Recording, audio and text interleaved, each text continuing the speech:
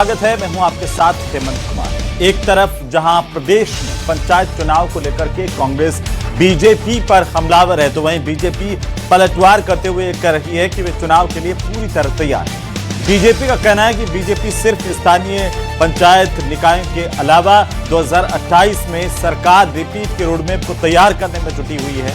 BJP के plan और कांग्रेस के वाद पर आज करेंगे प्रदेश की सबसे बड़ी चर्चा। रिपोर्ट।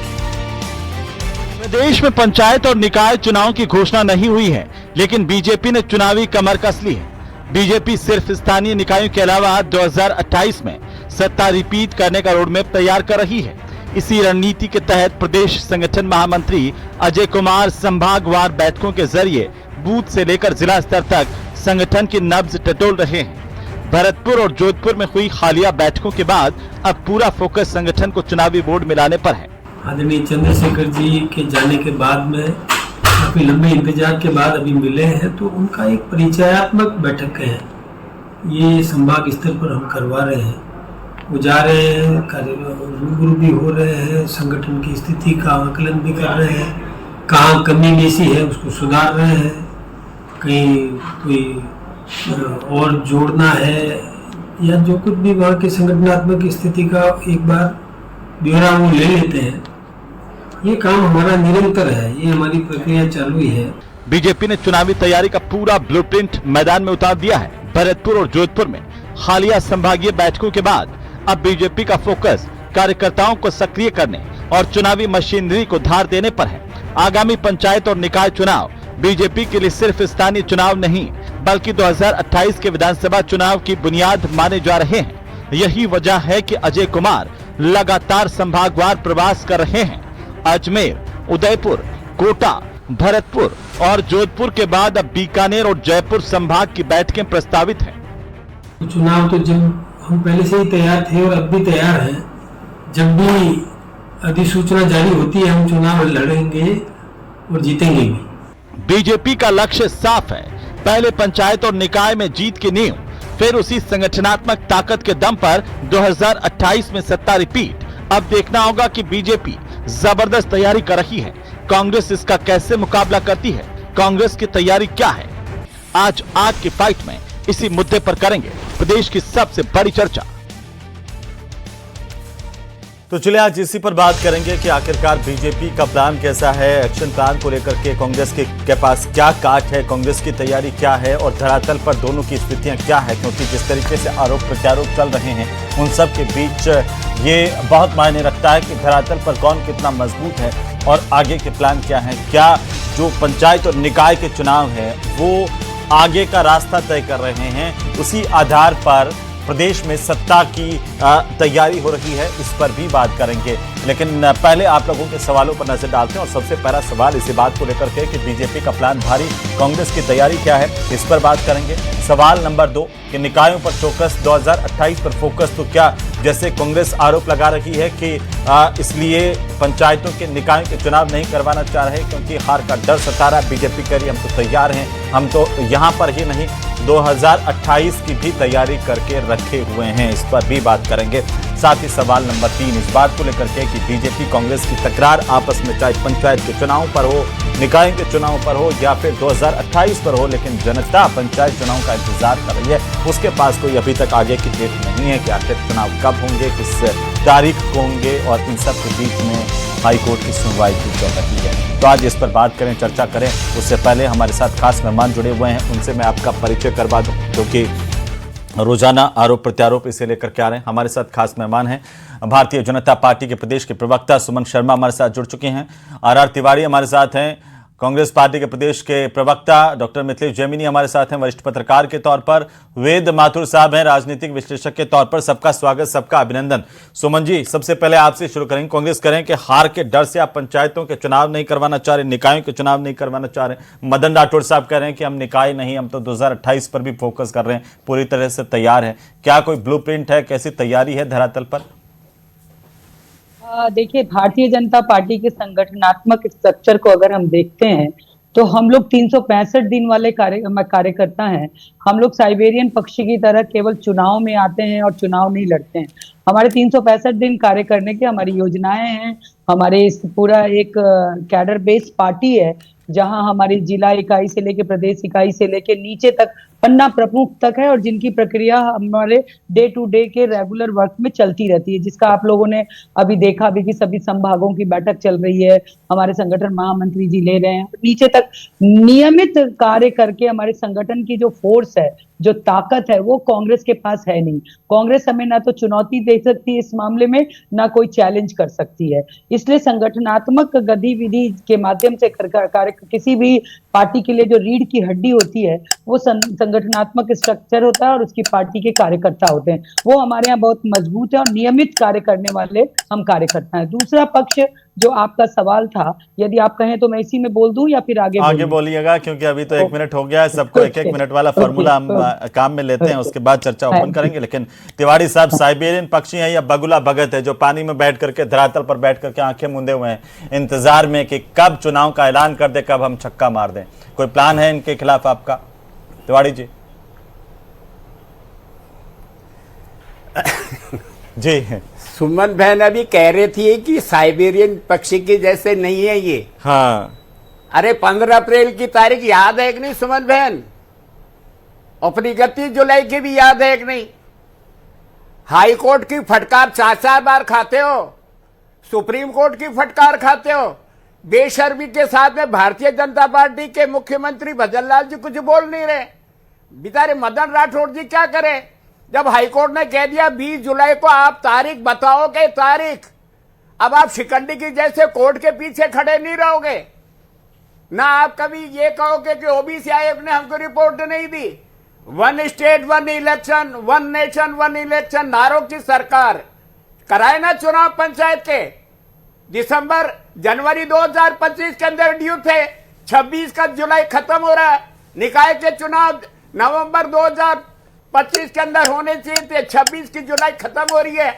हमारे पास में अभी तक ओबीसी की रिपोर्ट नहीं आई। ये शिकंडियों की जैसे कब तक छुपते रहोगे? जनता तैयार बैठा है, ना गांव में सड़क है, ना बिजली है। अभी नहीं सुमन जी, अभी रिएक्शन नहीं, प्लीज एक मिनट सबका।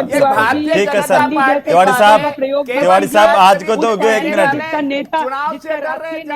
ठीक है तिवारी साहब, रुक जाओ थोड़ा, तो तसल्ली रखो, लड़ लीजिए, आराम और टाइम दे दो। रुक जाओ एक बार, जैमिनी साहब एक बार मेरे कहने से चुप हो जाओ एक बार। तिवारी साहब थोड़ा शांति रखो।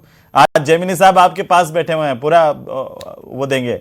लेकिन जैमिनी साहब ये बताओ कि तकरार पर तकरार है, और ये तिवारी जी कह रहे हैं हाईकोर्ट की फटकार है, बीजेपी कह रही है हम धरातल पर मजबूत हैं, आप कितने बेकरार हैं। तो क्या लगता है आपको धरातल की स्थितियां, और बीजेपी जैसे करे कि 2028 पर हमारा फोकस है, उस पर हम काम कर रहे हैं? देखिए हेमंत जी, इसमें गोविंद सिंह डोटासरा जी ने सचिन पायलट का रिकॉर्ड छू लिया, लेकिन जो सबसे बड़ी चुनौती है कि क्या उनका संगठन सृजन अभियान कुछ रंग दिखा पाएगा। दूसरा इंपॉर्टेंट चीज है कि मुख्यमंत्री भजनलाल शर्मा की जो योजनाएं थी, भाजपा के कार्यकर्ता क्या गांव तक, जमीन तक ले जा पाए। तीसरी इंपॉर्टेंट चीज है, जिस तरीके से गोविंद सिंह डोटासरा ने अचानक हनुमान बेनीवाल के पक्ष में बयान बोला है कि आरएलपी का कहीं न कहीं कोई इस चुनाव में कोई हिस्सा रहेगा, या बहराना में भीड़ आ गई, भरतपुर में भीड़ आ गई, बीकानेर में भीड़ आ गई, केवल भीड़ तक सीमित रहेगा, उसका भी लिटमस टेस्ट होगा। और सबसे इंपॉर्टेंट चीज है बीजेपी के लिए कि बीजेपी के संगठन मंत्री अजय कुमार ने चाय की थड़ी पर चाय पीकर संवाद किया। वो किसी दौर में बीजेपी में ये पद बड़ा मैं कहूं प्रोटोकॉल से घिरा रहता था, चाहे चंद्रशेखर जी हो, चाहे प्रकाश चंद्र रहे हो। तो ये एक नया बदलाव आया है, और जिस अंदाज में वो चाय की थड़ी पर कार्यकर्ताओं से संवाद कर रहे हैं, वो मुझे लगता है गोविंद सिंह डोटासरा के लिए सबसे बड़ी चुनौती है। खाटू श्याम जी में उन्होंने मीटिंग की, पुराने कार्यकर्ताओं से अलग बात की, हारे हुए लोगों से अलग बात की। तो कहीं न कहीं ग्राउंड पर ये एक चुनौती है जिसे गोविंद सिंह डोटासरा को मैनेज करना है। ठीक है वेद माथुर साहब, क्या अब इसे कैसे देखें कि एक तरफ इंतजार है पंचायत चुनाव का, दूसरी तरफ कि आपको लगता है कि इसी से रास्ता 2028 का जाता और बीजेपी इसी पर पूरे प्लानिंग के साथ तैयारी कर रही? अभी कल ही हमने देखा कांग्रेस ने भी अपने अल्पसंख्यक विभाग की पूरी लिस्टें भी जारी की है, नियुक्तियां भी की है। तो दोनों में धरातल पर आपको इस वक्त कौन मजबूत दिखाई दे रहा है इन तकरार के बीच में?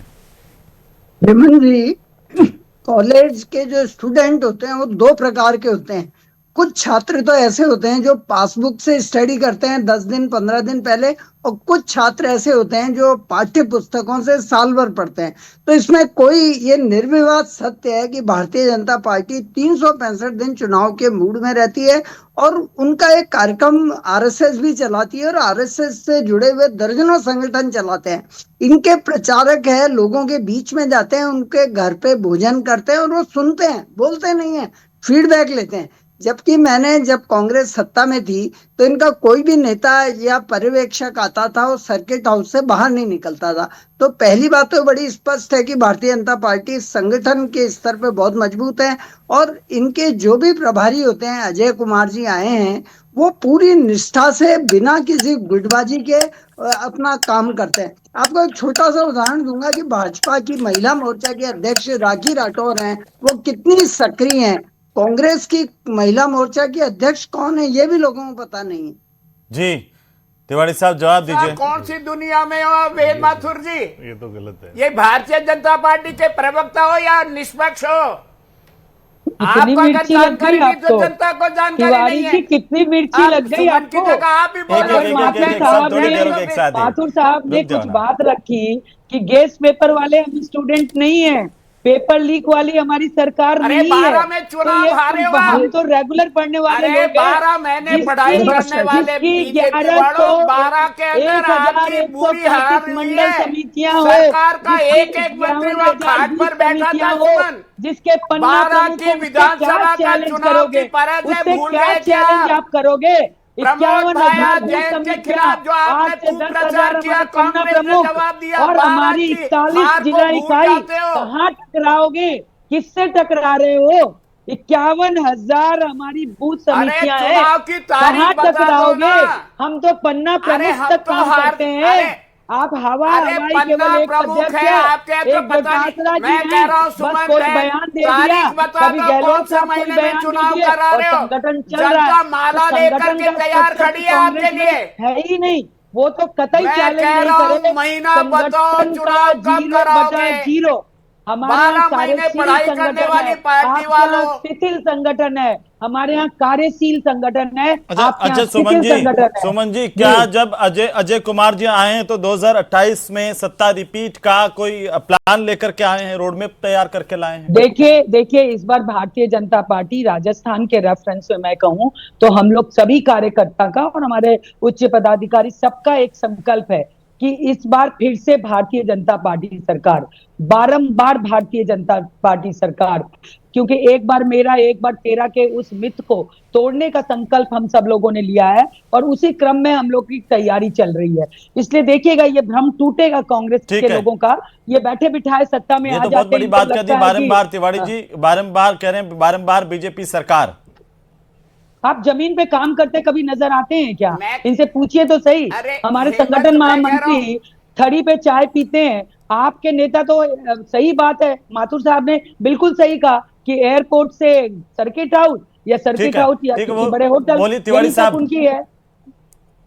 तिवारी साहब मैं कह रहा हूं सुमन से पूछ लो हेमंत जी, 12 महीने पढ़ने वाली किताब वाली पार्टी है, चुनाव की तारीख दे रही है क्या सुमन?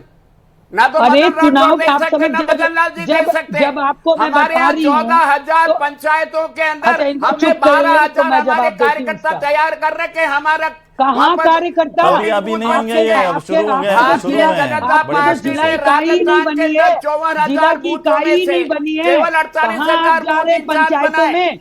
हमने आपके तो जिला 52,000 संगठन ही बनाए, नहीं बना है। संगठन कहाँ है? आपका तो सारे जयपुर का विधायक संगठन नाराज ठीक है, है, लेकिन- भारतीय जी। जनता पार्टी का पदाधिकारी जेमिनी नाराज साहब को है। लाइए। जेमिनी साहब आपने एक बात कही, नहीं, योजनाओं के आधार पर, हेमंत, योजनाएं तो एक गहलोत सवाल का साहब ने भी जवाब बहुत दे चलाई दूं। थी। योजनाओं के आधार पर जीत के फैक्टर नजर आते हैं या धरातल पर वाकई काम के आधार पर? एक जवाब दे दूं, एक जवाब। मैं आ रहा हूँ वापस आ रहा हूँ मैडम, एक- आ रहा हूँ एक बार एक- जेमिनी साहब, एक- आप दोनों का एक- अभी चलेगा मैडम, रुक जाइए एक बार सुमन जी रुक जाइए प्लीज। जेमिनी साहब बोलिए। देखिए, सबसे इंपॉर्टेंट चीज है कि जो 2-3 योजनाएं हैं जो भजनलाल जी की, सबसे इंपॉर्टेंट है कि पांचना का जो विवाद है 20 साल बाद सुलझा है, क्या पूर्वी राजस्थान में भजनलाल जी को जिता पाएगा? शेखावाटी में जिस तरीके से 30 साल बाद यमुना जल समझौता हुआ है, क्या उसका असर शेखावाटी में दिखेगा? क्योंकि लोकसभा चुनाव में बीजेपी का सुपड़ा साफ हो गया था शेखावाटी। दूसरा इंपॉर्टेंट चीज है, आज ही तो मदन शेखावाटी राठौड़ से जी ने लेके कहा कि नागौर में- 78 उपचुनाव हुए जिनमें से 62 जीते हैं बीजेपी ने, छोटे मोटे देखिए, सब वो मिलाकर के। जीते हैं, अब वो कौन सही छोटे बोला मोटे ना, सब हम मिला जीत के, वो क्यों रहे हैं? इम्पोर्टेंट। देखिए, वो इम्पोर्टेंट चीज ये है कि ये जो पंचायत चुनाव है बहुत टफ चुनाव होते हैं, और किसी भी जो 2028 का ग्राउंड कनेक्टिंग का प्लान लेके उत्तराखंड की धरती से अजय कुमार आए हैं, उनके लिए सबसे इंपॉर्टेंट होगी कि बीजेपी के साथ पब्लिक कनेक्टिंग, वर्कर की कनेक्टिंग तो सतीश पूनिया जी ने भी खूब की थी, वो खुद चुनाव हार गए थे। और सचिन पायलट जब 21 सीटें आई थी, जब वसुंधरा जी थी, और कहीं न कहीं कह रहे थे कि कांग्रेस साफ हो गई, कभी नहीं आएगी, लेकिन कांग्रेस रिपीट की सरकार बनाई। तो गलतफहमी में जीने में बीजेपी को भी कोई जरूरत नहीं है।